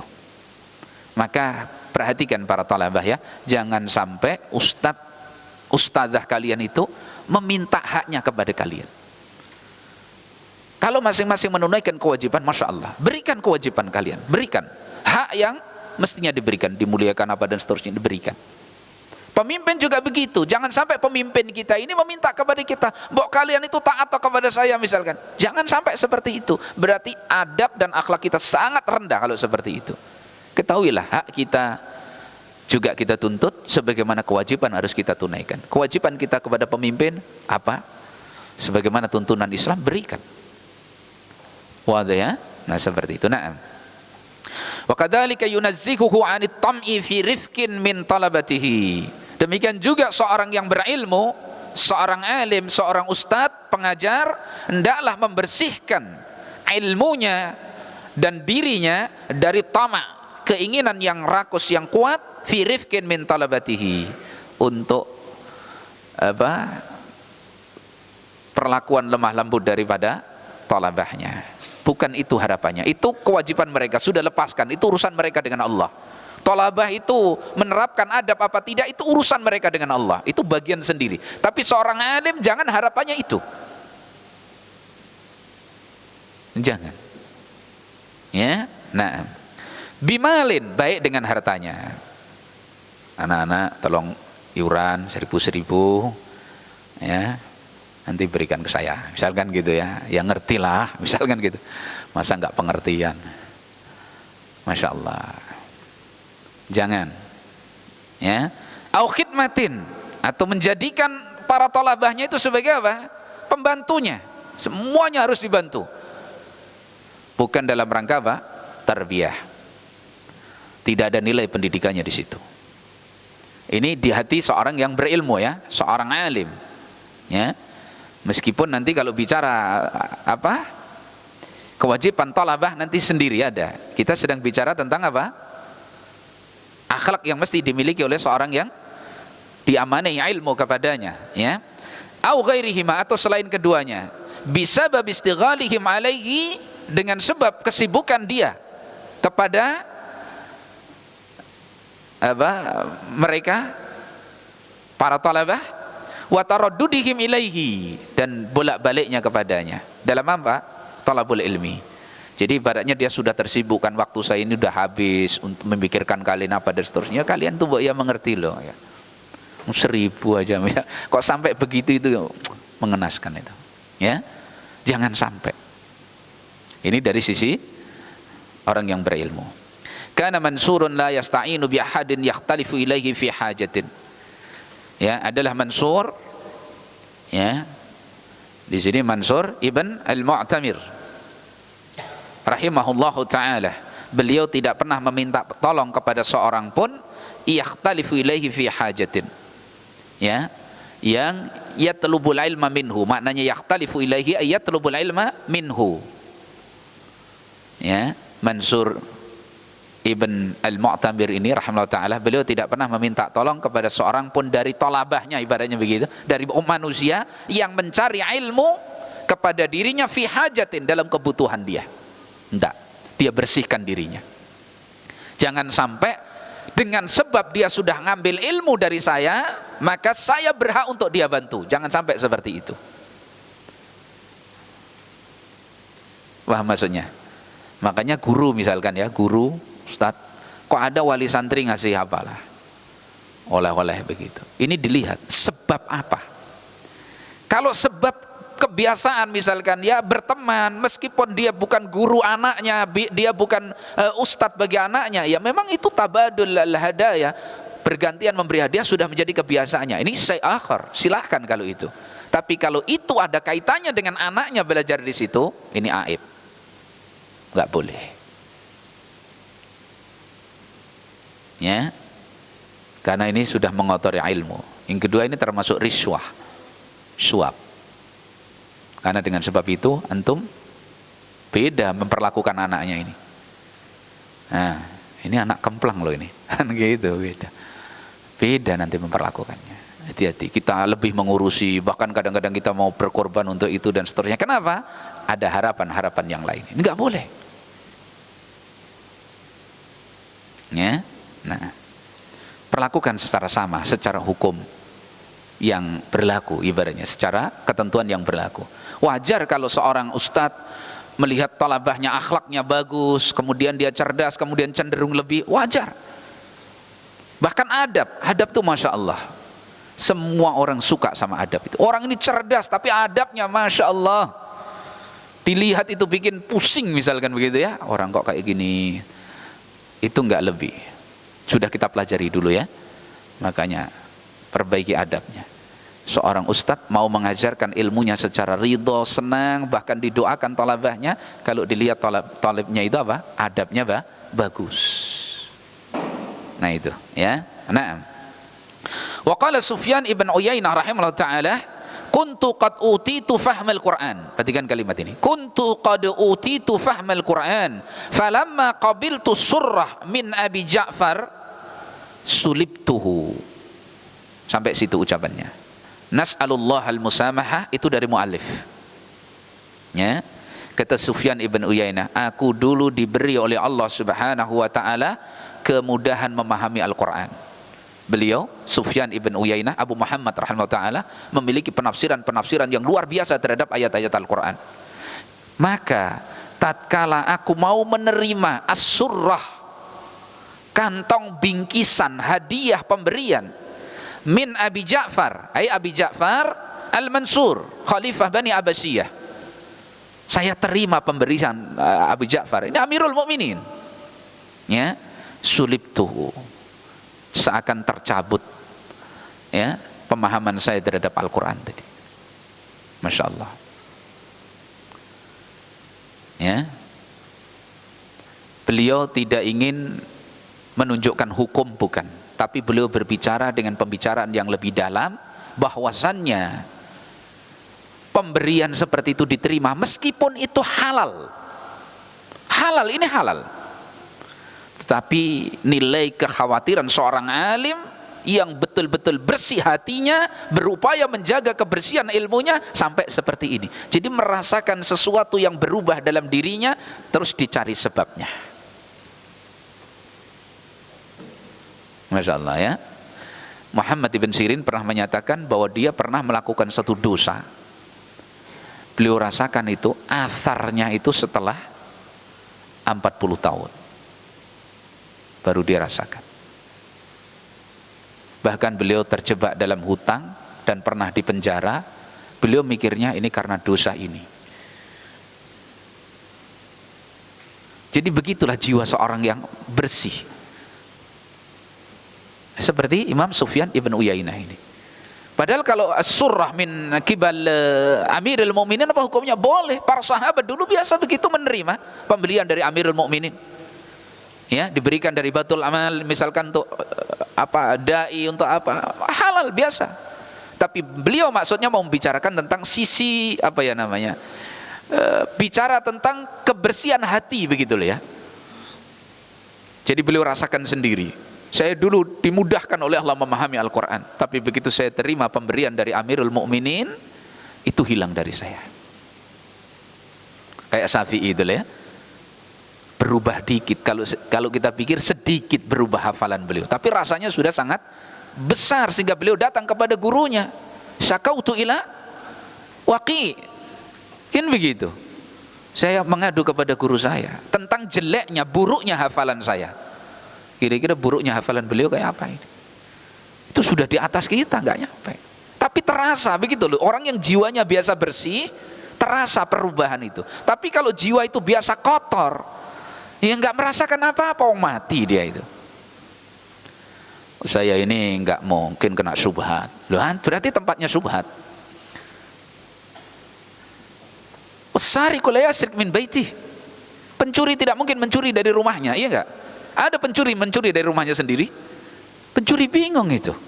Makanya kalau kita kalau saya aman dari subhat, aman dari nifak, berarti dia gudangnya subhat, munafik. Setan nggak mungkin menggoda dirinya sendiri. Wah, ya, jelas. Nah begitu. Jadi orang yang mengenali jiwanya, dia akan oh ya ini rasanya. Kayak Abu Bakar Siddiq, begitu budaknya sampai membawa sesuatu, beliau telan, bertanya, budaknya ini berkata, tahukah kamu dari mana asalnya ini? baru gemetar, terasa nggak nyaman, kocok ini apa rongga lehernya ini sampai muntah semua itu. Karena jiwa beliau bersih, jadi ada makanan yang subhat masuk ini rasa. Tapi kalau biasa kotor, kok cuman subhat? Yang haram saja lezat kok. Wa usribu fi qulubihimul kufr al-ijl bi kufrihim. Sudah diserapkan lezatnya menyembah patung anak sapi itu karena kekafiran mereka. Yang dulu pernah kita kisahkan, ya, ada orang dari umat sebelum ini ya, yang biasa dulu bujangnya mencuri, biasa dia mencuri begitu. Nah, akhirnya menikahlah dia, berumah tangga, jadi orang kaya, punya pembantu, punya budak. Mikir, kangen dengan barang curian, nyuruh budaknya mencuri. Kamu mencuri sana, harta penuh, cukup, kamu mencuri sana. Kenapa? Saya kangen dengan barang curian. Masya Allah. Ya, makanya jangan apa yang masuk di rongga kita diperhatikan. Kullu ina'in billadzi fihi yundahu. Semua wadah itu tergantung dituangi apa. Ya, jadi punya firasah, punya feeling yang tinggi gitu ya, firasah. Nah, firasat itu kan ada. Sampai ada yang mengatakan itu hadis Nabi, ittaqu firasatal ulama fa innahum yaquluna binurillahi subhanahu wa ta'ala. Takutlah kalian dengan firasatnya para ulama, karena mereka berbicara dengan cahaya dari Allah subhanahu wa ta'ala fi qulubihim, di hati mereka. Karena hati mereka biasa terbimbing, bersih, terbimbing dengan ilmu. Makanya orang yang paling tajam firasatnya siapa? Abu Bakar Siddiq. Di saat dia berfirasat, memilih penggantinya adalah Umar bin Khattab. Tepat. Ini disebutkan oleh para ulama. Kata Imam Ibnul Qayyim, manusia yang tajam betul firasatnya Abu Bakar Siddiq. Kapan itu? Di saat dia memilih pengganti dia setelah dia nanti, Umar bin Khattab. Ternyata memilih orang yang tepat. Yang kedua, di antara orang yang paling tajam firasatnya adalah Imra'atu Musa, istrinya Musa. Di saat dia setelah ketemu Musa, maka dia datang kepada orang tuanya Syuaib rahimahullahu ta'ala. Beliau mengatakan, ya abati istajirhu fa inna khaira man istajarta al-qawiyul amin. Wahai bapakku, ambil dia jadi pekerja, karena sebaik-baik pekerja adalah yang kuat lagi amanah. Jadi firasat wanita ini terhadap kehebatan Musa terbukti tepat. Ini ketajaman firasat. Dan juga firasatnya Al-Aziz fil Misr, pembesar Mesir. Ketika dia bilang sama istrinya tentang Yusuf yang masih muda ini, akrimi maswai, muliakan dia. Tepat. Ini orang baik ini Yusuf. Jadi firasat itu ada. Tapi jangan diterjemahkan seperti orang-orang sufiah yang yadda'i ilmal ghaib, mengaku tahu ilmu gaib. Enggak, firasat itu karena apa? Membaca, hatinya bisa membaca. Ya, makanya seperti mata, apa yang ada di wajah kita ini terjemahan apa yang kita kerjakan. Ada seorang berjalan menuju ke rumahnya Utsman bin Affan. Nah, dia sempat melihat wanita yang bukan mahramnya, dia lihat. Nah, begitu masuk ke Utsman, maka Utsman melihat kepadanya, dia mengatakan, aku lihat di antara kalian yang masuk ke rumah saya ini ada seorang penzina. Wah, firasatnya Utsman terlihat dari apa di mata orang ini. Maka baru dia cerita, ya saya tadi melihat wanita yang bukan mahram. Nah, orang yang tajam firasatnya bisa dari itu dilihat. Ya, orang yang wajahnya wajah pembohong kan ketahuan. Ya, alhamdulillah enggak anak jumpai di sini nih, alhamdulillah. Ya, nah seperti itu. Taib. Jadi beliau mau menceritakan itu, ya. Nas'alullah al-musamahah, mudah-mudahan Allah Subhanahu wa taala memberikan musamahah, tolerannya atas banyaknya kekeliruan kita sehingga dimaafkan oleh Allah Subhanahu wa taala, ya. Nah, jadi itu yang kita bahas sampai perangai yang keempat yang mesti dimiliki oleh seorang yang berilmu, yaitu hendaklah dia bersihkan ilmunya, dia sucikan ilmunya, jangan sampai ilmu itu menjadi tangga, alat, ya, untuk tujuan-tujuan duniawiyah, ya. Nah, demikian. Wassallallahu wasallam wa baraka ala nabiyyina Muhammadin wa ala alihi wa sahbihi ajma'in. Subhanakallahumma bihamdik asyhadu an la ilaha illa anta astaghfiruka wa atubu ilaik. Assalamualaikum warahmatullahi wabarakatuh.